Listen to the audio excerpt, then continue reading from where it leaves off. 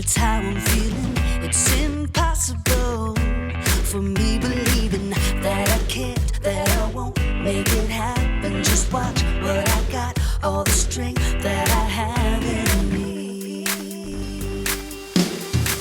I'm gonna stand up tall, gonna walk through the fire. You can knock me down, I'll jump up even higher. And I believe everything I need. I know, yes I know, it's all inside of me. Yeah, it's all inside of me. Oh, exceptional is what I'm bringing. Unforgettable, seeing is believing, and the fire inside me pushing me to be who I am and what I was born to. I'm gonna stand up tall, gonna walk through the fire. You can knock me down, I'll jump up even higher. And I believe everything I need.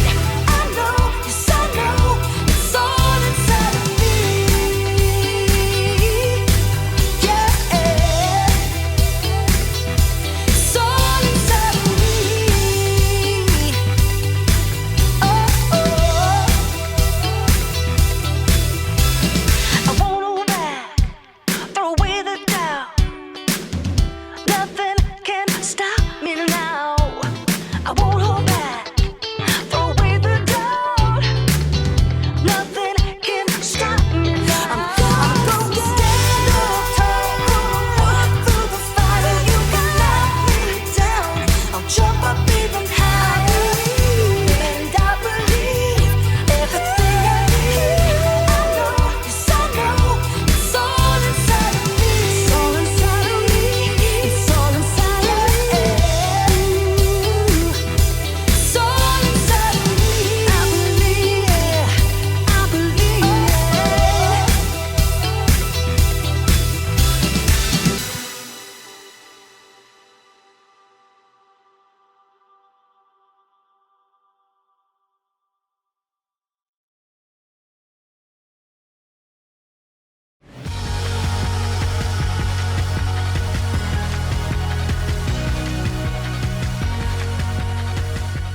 You're the best around. Not gonna feel too good to do.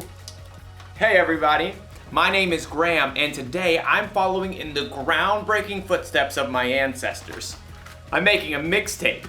You see, back in olden times, when someone wanted to listen to music, they needed one of these cassette tapes.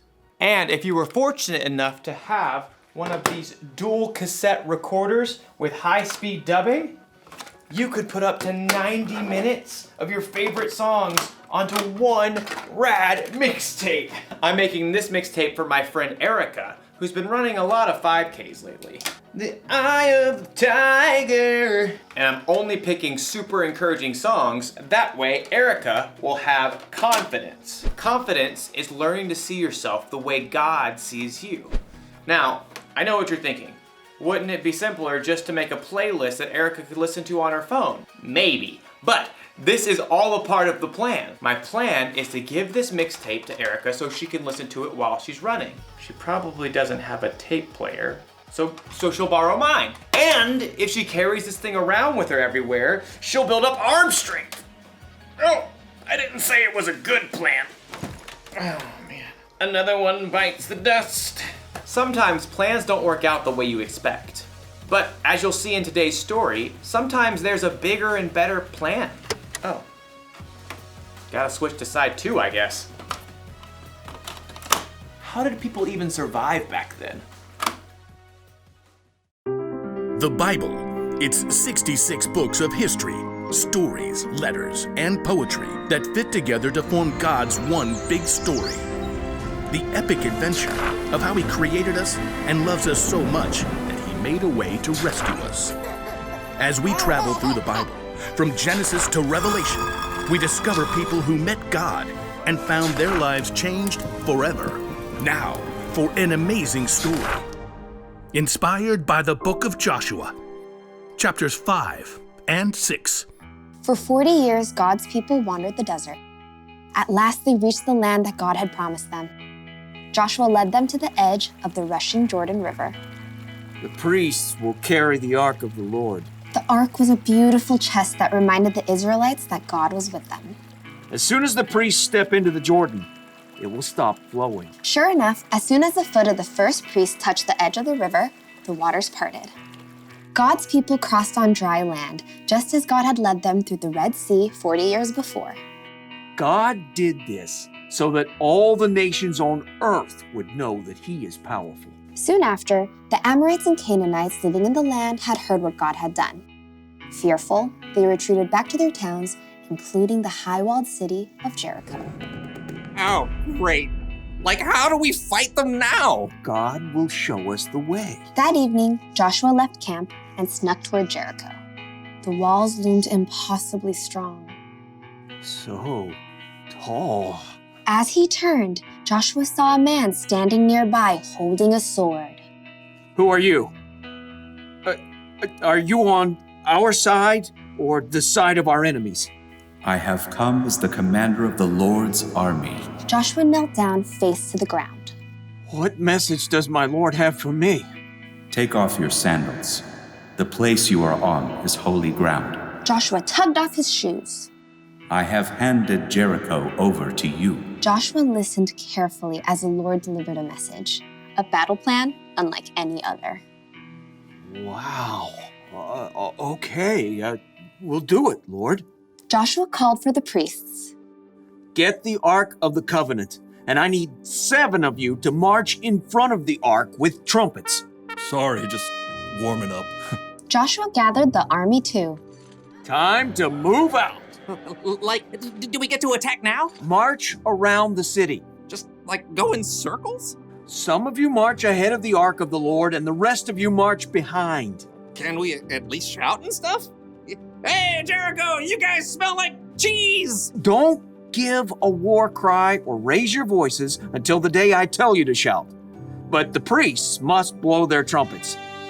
Forward, march! The entire army, including the priests, marched one time around Jericho, just as the Lord had instructed Joshua. Now can we get them? Back to camp, men. We march again tomorrow. The next morning, the Israelites marched around the city once again. And then on day 3, once again on day 4, not to mention day 5, and once again on day 6. We march again at sunrise. I have blisters. At dawn on the 7th day, the army and priests formed their strange parade once more. But this time, once they finished marching around the city one time, Joshua called out. Keep marching. Again? My feet are killing me. The Lord has told me we must march around the city 7 times today. On the 7th time around, the priests blew a long blast on their trumpets. Now shout! The Lord has given you the city.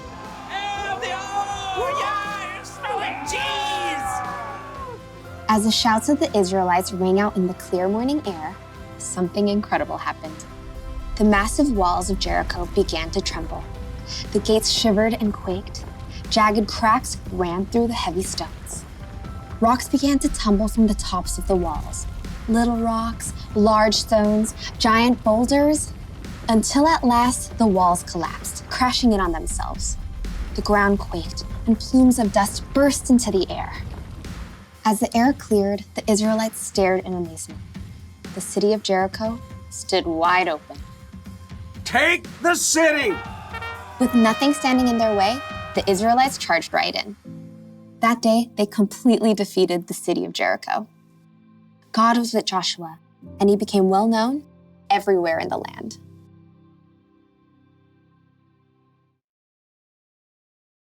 When God told Joshua to take over the city of Jericho, Joshua probably thought of a battle plan. And I bet his battle plan didn't involve marching around the city wall for a week blowing trumpets. But Joshua followed God, and the Israelites took the city. He had confidence that God's plan was bigger and better.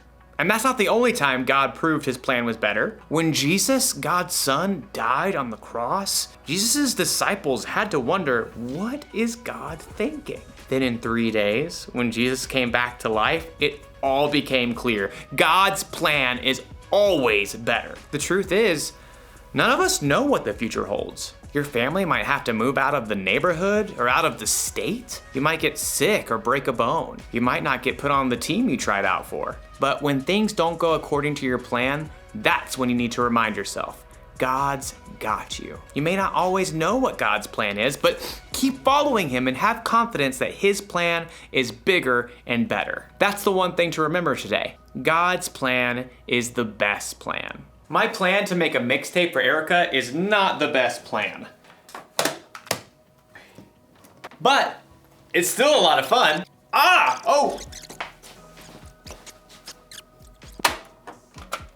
Oh no, it's unraveled. Oh wait, no worries. I've got an idea. Huh? Just like my ancestors. I'll see you next time.